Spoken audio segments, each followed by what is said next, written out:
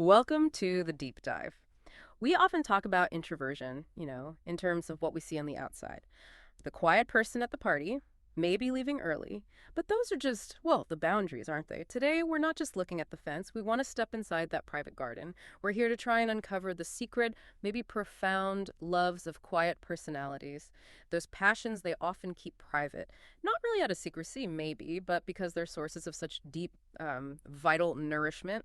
So, our mission today is to get past the stereotypes, understand the sophisticated psychological machinery at work here. What are these hidden, almost miraculous processes that fuel and, recharge the introverted mind? Yeah, and what's really fascinating, I think, is that the privacy around these passions isn't just random. Some of the research suggests that when something is tied really closely to your inner sense of self, maybe a deeply held idea or a creative project, something that brings you peace, sharing it widely can feel like you're handing over something vital. It feels profoundly vulnerable. So for an introvert, these secret loves often act as these self-sustaining sanctuaries. And by keeping them private, they actually preserve the energy they get from them. Okay, that makes perfect sense. It's like a protection mechanism then for a highly sensitive internal system.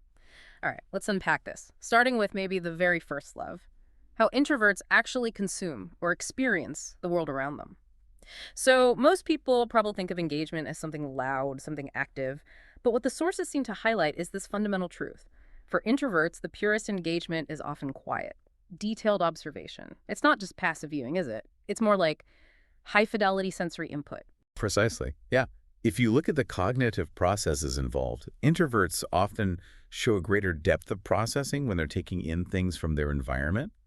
It's not necessarily that they're taking in more information than an extrovert, but they seem to be analyzing it more thoroughly. It's like they're cross-referencing sensory data with internal memories, past experiences, trying to really derive meaning from every input. Honestly, that sounds exhausting. If you're constantly processing all the tiny details, the way the light shifts, that Mhm. flicker of doubt on someone's face, the hum of three different air conditioners, doesn't that just, lead straight to overwhelm? Oh, it absolutely can, yes. And that's exactly why withdrawal and solitude becomes so necessary.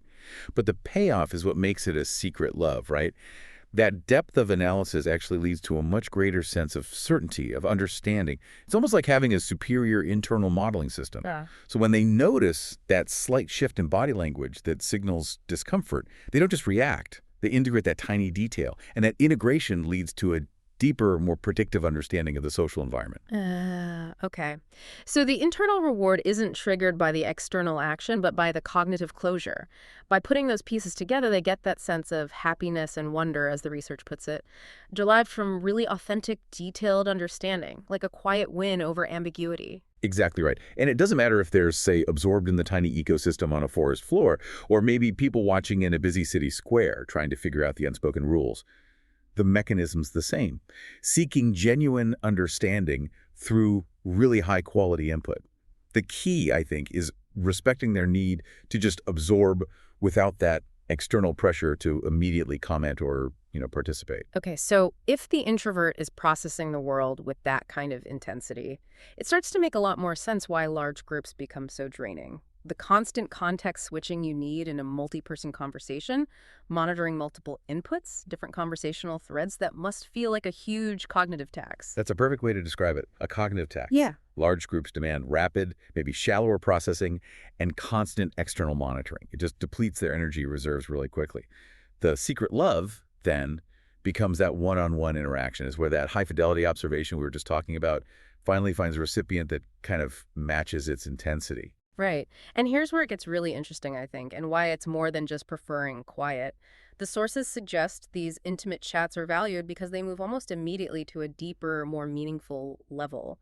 There's sort of an elimination of the social small talk, which for introverts often seems to require more energy than a deep philosophical debate. Exactly. You strip away the noise, the performance aspect. In a group, conversations can often become, competitive or just about exchanging surface level information. But one-on-one, there's actual space for vulnerability, for shared inquiry. This style allows for that mutual processing, giving both people the personal ease, the comfort needed to really connect.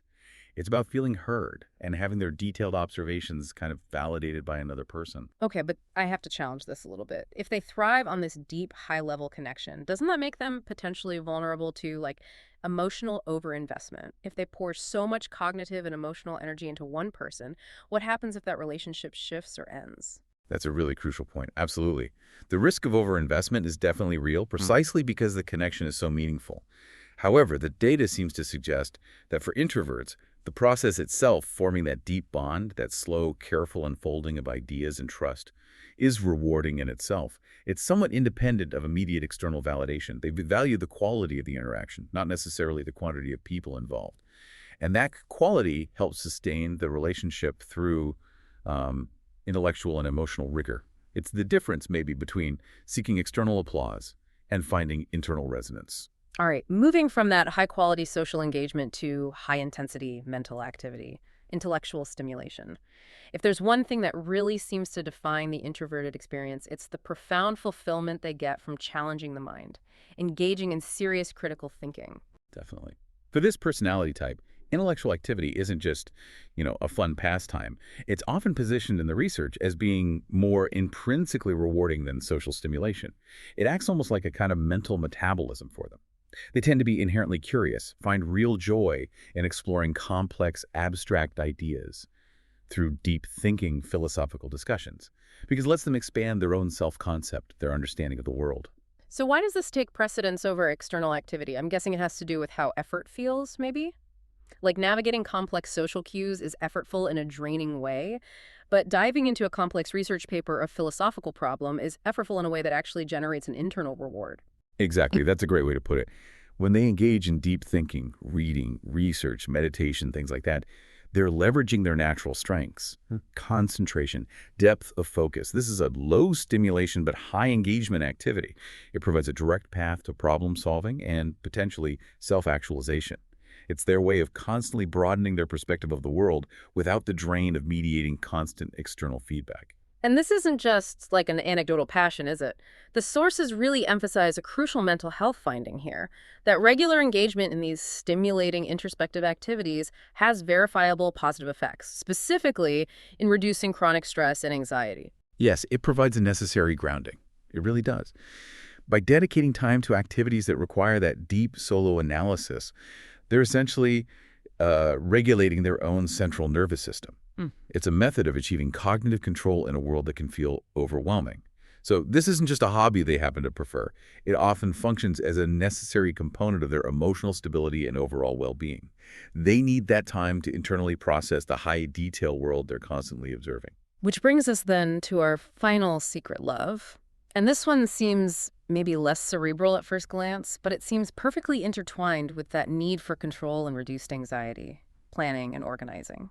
What makes this mental rehearsal so essential for the contemplative mind? Planning, for the introvert, often functions as preemptive self-regulation. That's a good way to think about it.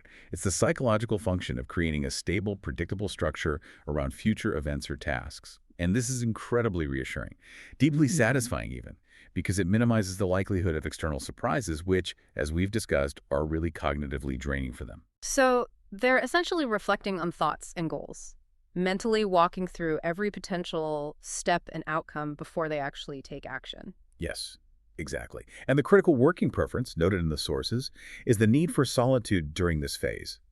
Introverts overwhelmingly prefer to work alone when they're planning and organizing tasks. Why? Because the presence of others tends to introduce variables, distractions. It disrupts that meticulous internal mapping process. This solitary approach allows for really intensive focus, ensuring precision and thoroughness in considering every step towards a goal. Okay, so the structure isn't really the end goal itself. It's more like the scaffolding that allows their higher order thinking to actually flourish. And the unexpected result, maybe, is that this organized, structured approach actually showcases their most effective creativity, their deepest problem-solving abilities. It's like the planning phase acts as a filter, removing unnecessary cognitive friction, so that when they finally execute, they can do it with maximum impact and minimum stress. Precisely. The structure provides the safe, contained sandbox where their imagination can play without the fear of social or logistical chaos getting in the way. Hashtag Gatwick outro. So we try to synthesize these findings. What introverts secretly love, that quiet observation, the deep one-on-one connections, intellectual rigor, structured planning. These aren't just random preferences. They seem to be integrated components of a highly sensitive system, one designed to optimize energy and comprehension. They really thrive when their need for room to recharge is respected. That allows them to transform that high detail input into deeply considered, often very valuable contributions. So, what does this all mean for us, for you listening? I think this knowledge is about moving beyond just, acknowledging an introvert's boundaries and really understanding the vital need for those boundaries. It means maybe creating environments, both at work and personally, where the quality of engagement is prioritized over just superficial quantity. And here's a final provocative thought, maybe for you to chew on. If deep intellectual stimulation and quiet structured planning are demonstrably tied to reducing stress and anxiety, how often do we maybe mistake an introvert's need for quiet control as just, I don't know, a quaint preference, rather than seeing it as an essential, maybe non-negotiable component of their mental well-being? What fundamentally shifts in our interactions if we start to view an introvert's secret love, not as some kind of indulgence, but as vital, life-sustaining self-care? Yeah, it really asks us to reevaluate what we define as engagement, duty, and what we define as rest. Keep diving into these ideas and perhaps take a moment sometime this week to just observe the quiet power of the world around you.